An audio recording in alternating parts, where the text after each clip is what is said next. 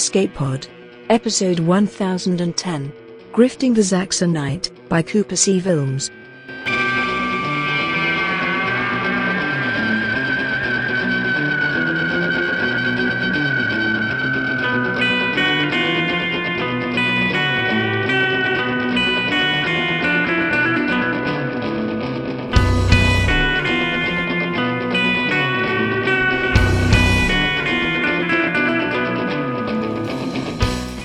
Hello and welcome to Escape Pod, your weekly science fiction podcast. I'm Valerie Valdez, your host for this episode. Our story this week is Grifting the Zaxonite by Cooper C. Wilms. This is an Escape Pod original. Cooper lives in Minnesota with his wife and newborn daughter. Our narrator, Eric Valdez, is a sound mixer, performer, and creative human, like you. He lives with his family in a cozy house made of puns, coffee, and chaos. Catch him making up silly songs on Saturdays on twitch.tv/thekidsareasleep, or stare in wonder while he anxiously avoids posting on Blue Sky at Intensely Eric. Now, get ready for a con man to meet his ultimate mark, because it's story time.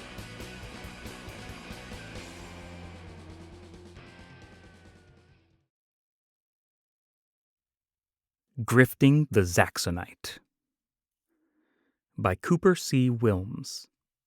Read by Eric Valdez. Of all the cons in his little black book, Trevor McKay liked his current grift the best. Small fish stunts like his Spanish doubloon gambit were always foolproof and reliable for a week of food and booze, but there was no challenge to it. His slot machine repairman scam raked in the dough and let him flex his inner thespian. But the security at the casinos would inevitably recognize his face. But the stranded Zaxonite, as he had come to know it, made him proud to call himself not just a con man, but a con artist. He twisted his cigarette into the bar's ashtray and raised his bourbon to his lips. His mark had to be a particular breed of man. Isolated. Desperate. Willing to believe. He scanned the room and took short, silent sips. He passed over the trio of soldiers in flirtatious conversation with a waitress, and ignored the man by the turquoise inlaid jukebox that clearly owned the black Sportster out front. But there, in the back, with the thick Buddy Holly glasses and the beat-up pork pie, was the perfect target. Trevor slimed his way across the floor. He moved around the tables like a snake through the reeds. He made sure not to shake his upper body too much in case the rubber antenna he had glued to his head fell out from under his Panama hat. He loved the antenna. He bought it for 50 cents in a Tucumcari costume shop, and it paid for his entire trip up from Santa Fe. Twice the damn thing fell off mid-conversation, and he had to hightail it out of the bar. But he loved it all the same. It wasn't often a scam went sideways, especially if he remembered to follow his rules. But slip-ups happened, and when they did, it was always back to square one. First things first, he had to corner the mark. "I can't believe it," Trevor enthused as he fell into the seat across from the man. He lowered his voice. "I saw you from across the room." He tipped up his hat to reveal his antenna. A Zaxonite always knows another Zaxonite. Creativity was a burden to Trevor. There was a time when he would have been satisfied pulling the same vase drops and 3-card Monties out of his bag of tricks. The same grifts every Joe Blow pulled. But there was no showmanship to any of that. Trevor deeply believed that the modern rube deserved to be parted from their hard-earned dollar in more and more unique ways. He would spend hours wringing his brain just for a drop of originality. Inspiration, in this case, came in the form of a naked homeless man who accosted Trevor in Portales. "They're coming!" he'd shouted as his flaccid member slapped against his thighs. The Zaxonites! They're coming! Trevor had broken away and ducked into a nearby diner for a cup of coffee. He'd watched through the wide window as the man upset more passerby. They look like us, but they have antennas on their heads! They're coming! The police eventually came and subdued the man. As he slurped his coffee, the word Zaxonite filled his head like a gathering storm. Then, in a sky-splitting crack of lightning, the con was born. Behind his glasses, the Mark's eyes widened, and his mouth hung off the hinge. His pupils followed the antenna as Trevor tucked it back under his hat. It's impossible, he started. I didn't know there were other Zaxonites in the region.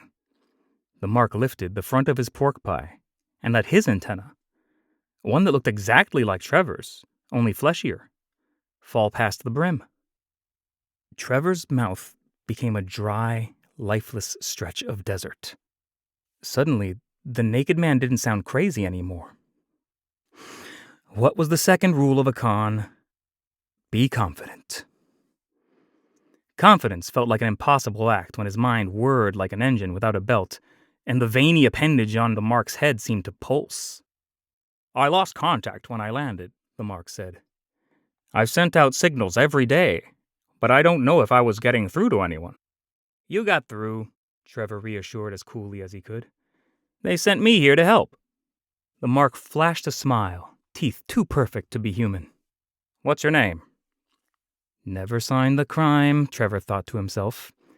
Besides, Trevor didn't sound like a common name in the far reaches of the galaxy. In the movies, aliens had names like Klaatu or Exeter, names that sounded like 5 other names that were chopped up, blended, and hastily glued back together. He let the syllables roll off his tongue. Zelquar. The Mark's eyes grew wider. Zelquar? Like Matrak Zelquar? Play along, Trevor said to himself. You play along all the time to get into a con, now do it to get out of it. Yes, like Matrak Zelquar. Any relation? He's my father, Trevor said, with hope there was a level of prestige associated with the name. You're kidding. Your father is General Matrak Zelquar? The General Zelquar sent his son to rescue me? He laughed, a warm chuckle that still sent a chill through Trevor's body. I have to ask, do you have any news? I'm completely cut off down here. Is the invasion still in full swing? Invasion? The word hit Trevor's stomach like Marciano's right hook. Images of ants swarming pieces of overripe fruit crawled into his mind. He thought of his brother screaming and bleeding out on the beaches of Normandy. Look at this thing, Trevor thought to himself. This thing disguised as a human. That in itself is a con. The whole invasion is a con, a blunt con. A con of force. There's no subtlety. It's an entire species of schemers, louses, and cheats from beyond the stars. Don't they know this is my turf? There's only room for one con artist in this little corner of the universe. And it belongs to Trevor McKay. The general has been briefed on the communication issue, Trevor responded slowly. He thinks it's from the nuclear testing. Something in the atmosphere. He's deemed this mission too risky and it's being called off. He personally sent me to track down any and all Zaxonites still on this planet and tell them to abort. The Mark shook his head. This planet's an outpost. Rich in resources. I know we need it. You don't think I know we need it? I'm just telling you what I've been told. Chain of command, right? The plan's off, and we'll try it with a different star system. And if you run into anyone else on recon, tell them it's off too. Spread the word, make my job a little easier. The Mark clicked his tongue, nodded, then took a sad sip of his drink. Yeah, if I run into any more, I'll tell them. You've done your planet proud. The most important rule of any con, the one that kept your teeth from getting kicked in, was to know when it was time to quit. And preventing an alien takeover of Earth seemed like a good place to cut the rope. Trevor stood to leave, and the Mark grabbed his arm. "Before you head out, is your atomic recombinator working?" "No," Trevor said as he shook off the man's grip. "It was the first thing that went out when I landed. Now, if you'll excuse me, I have mine set to 196 like the manual says, and it's stuck. It just keeps spitting out pound after pound of gold, and I can't get the thing turned off." Trevor stopped and turned around. He knew there was a time to quit, but there was also a time to stay in the game, even if he stayed too long. The mosaic of crescent scars and plum-colored bruises beneath his gaucho shirt proved it. Gold? The primary objective was to blend in. Can't blend in without money. Ain't that the truth, pal? Trevor glanced around the bar to make sure nobody else was listening in on their conversation. "I'm not a repairman," he told the Mark. "But I could come over to where you're stationed and try to take a crack at your recombibulator." "Well, that would be a lot of help. But there's so much gold there, it's almost impossible to move around. I'd have to bail out the boat before I can plug the hole." Trevor sat back down and wrapped his fingers on the table. He tried to imagine how much gold this Mark must have. Boxes. Crates. A bank vault stacked from floor to ceiling with those beautiful yellow bricks. "Why don't I help you out? I can swing by tomorrow with my car and get some of it out of your way." "You'd really do that for me?" "Of course." The Mark stood. Trevor reached out to shake his hand, but the Mark crossed his arms over his chest and bowed at the waist.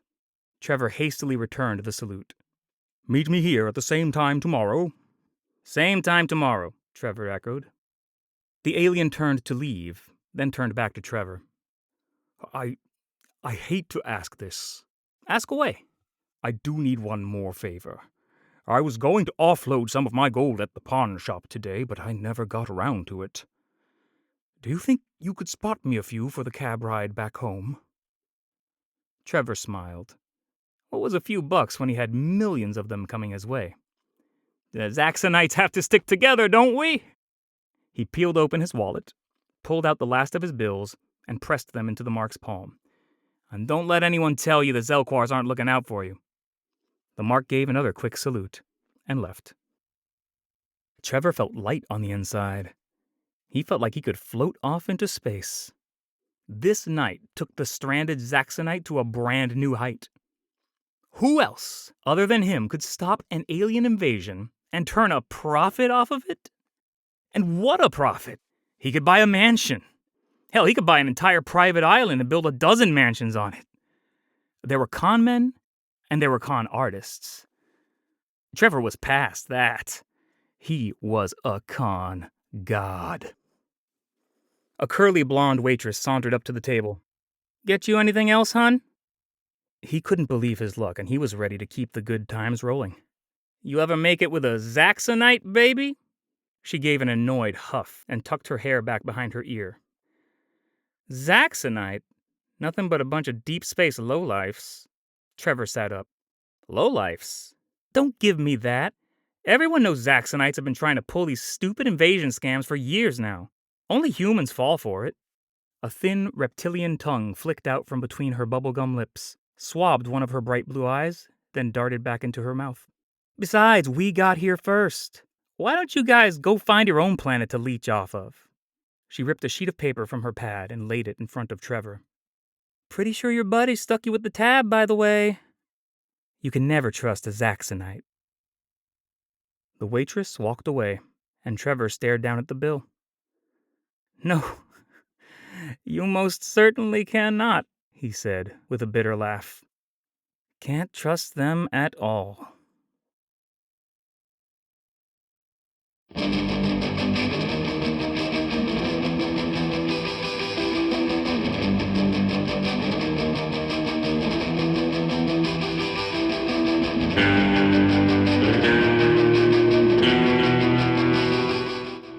Once again, that was Grifting the Zaxonite by Cooper C. Wilms.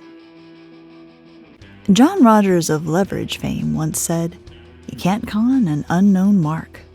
That's never been more true than in this story.